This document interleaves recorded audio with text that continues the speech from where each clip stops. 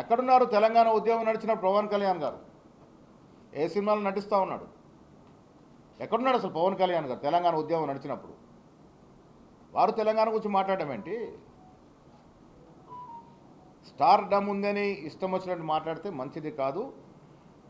మీరు సినిమాల్లో ప్రజాదరణ పొందిన నాయకుడు, కథానాయకుడు, కానీ రాజకీయాలు ఇంకా చాలా నేర్చుకోవాల్సి ఉంది. నేర్చుకుంటే మంచిది.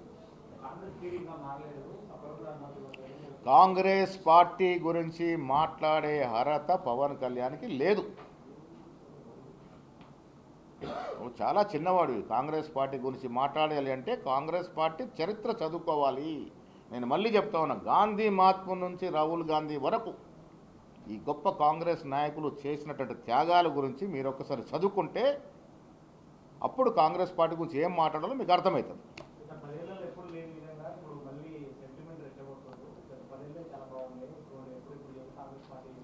ఇప్పుడు ఇదంతా లోపాయకార ఒప్పందం. 10 నెలల బాగుండే ఇప్పుడు బాగలేదా అంటే ఎవరు ఆడిస్తున్నారు? ఎవరు అనిపిస్తున్నారు ఈ మాటలు? పవన్ కళ్యాణ్ ద్వారా BJP, BRS party, Janasena, Chandrababu అన్నీ ఒకటే మాట్లాడుతున్నారు.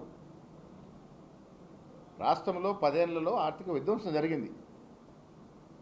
తెలంగాణ ఆవిర్భమైనప్పుడు ధనిక రాష్ట్రంగా పుట్టిన తెలంగాణ ఎందుకు బీద రాష్ట్రంగా మారిందో, అప్పుల రాష్ట్రంగా మారిందో పవన్ కళ్యాణ్ తెలుసుకోవాలి.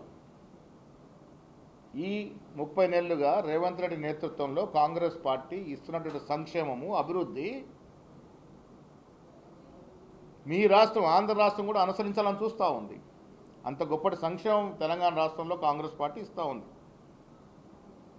అంత గొప్ప డెవలప్మెంట్ చేస్తూ ఉంది. కాంగ్రెస్ పార్టీ సిద్ధాంతము భౌగోళికంగా, రాజకీయపరంగా 2 రాష్ట్రాలు వేరైనా అన్నదమ్ముల వలె కలిసి ఉందాము, 2 రాష్ట్రాలు ముందుకు పోవాలి, యావత్ దేశంలో 2 తెలుగు రాష్ట్రాలు అభివృద్ధి పథంలోకి పోవాలని కోరుకున్న వ్యక్తులం మేము. ఇవాళ మీరు రాష్ట్రాలకి మధ్యన అగాధం పెంచి మీ రాజకీయాల కోసము తెలంగాణలో ఏదో రాజకీయం చేస్తే ఎవరు చేయనిస్తారమ్మా తెలంగాణ రాజకీయాలు మిమ్మల్ని?